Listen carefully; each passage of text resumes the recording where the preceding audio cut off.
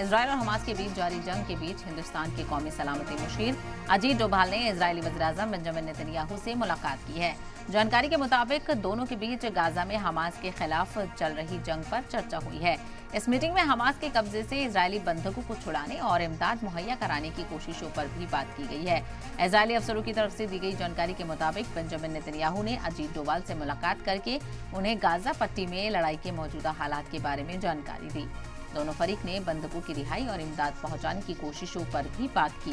Meeting में national security council के director, वज़ीर-ए-आज़म के खारजा पॉलिसी के मुशीर और इजराइल में हिंदुस्तानी सफीरों ने भी हिस्सा लिया। ये मीटिंग यरूशलेम में वाक़ पीएम ऑफिस में हुई और इस मीटिंग को लेकर बैनुल-अक़वामी सतह पर सबकी निगाहें टिकी हुई हैं।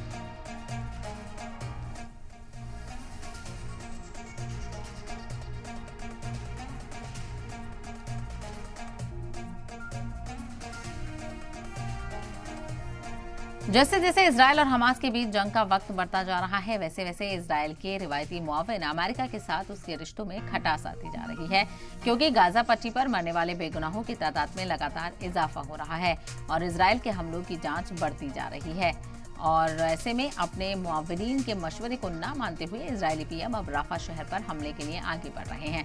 जो बाइडेन ने नेतन्याहू से अपील की थी कि वो रेड लाइन को पार ना करें, लेकिन रिपोर्ट के मुताबिक एक इंटरव्यू में बेंजामिन नेतन्याहू का कहना है कि उनके पास भी एक रेड लाइन है, जिससे ये तय करना है कि हमास फिर से इजरायल पर हमले ना कर सके। और इस सब को व्हाइट हाउस और इजरायल की सरकार के बीच मुमकिन टकराव के तौर पर देखा जा रहा है। और बाइडेन के इजरायल को इंतबाह दिया है बाइडेन ने कि वो गाजा में अपने जंग की हद को पार नहीं करना चाहिए उन्हें। बाइडेन ने इजरायल को रफा पर हमले करने से होने वाली परेशानियों को लेकर भी इंतबाह दिया है, जहां फिलहाल 1.3 मिलियन फलस्तीनी पनाह लिए हुए हैं। हालांकि अमेरिका इस बात पर भी अड़ा हुआ है कि वो इजरायल का साथ कभी नहीं छोड़ेगा और न ही उसके हथियार सप्लाई करना रोकेगा। हालांकि एक सर्वे के मुताबिक यहूदी लोगों का मानना है कि ज्यादातर इजरायलियों का ये मानना है कि बाइडेन की हिमायत इजरायल के लिए पहले से थोड़ी कम हुई है। तो एक तरफ इजरायल की हिमायत नहीं छोड़ेगा, तो दूसरी तरफ गाजा में जो हालात कशीदा होते हुए नजर आ रहे हैं, उन पर भी अमेरिका की फिक्र नजर आ रही है। तो एक तरफ ये कशीदगी देखने को मिल रही है इजरायल और अमेरिका के बीच, तो दूसरी तरफ अमेरिका के दोहरे रवैये को लेकर भी कुछ मुल्क कंफ्यूज है कि आखिर अमेरिका करना क्या चाहता है। और अमेरिका की इस हवाले से तनकीद भी की जा रही है कि अमेरिका सही तरीके से इस पूरे बहरान को और इस पूरी जंग को नहीं देख रहा है। एक तरफ वो इजरायल की हिमायत करता है, हिमायत नहीं छोड़ेगा, तो दूसरी तरफ गाजा में फलस्तीनियों की फिक्र भी सता रही है।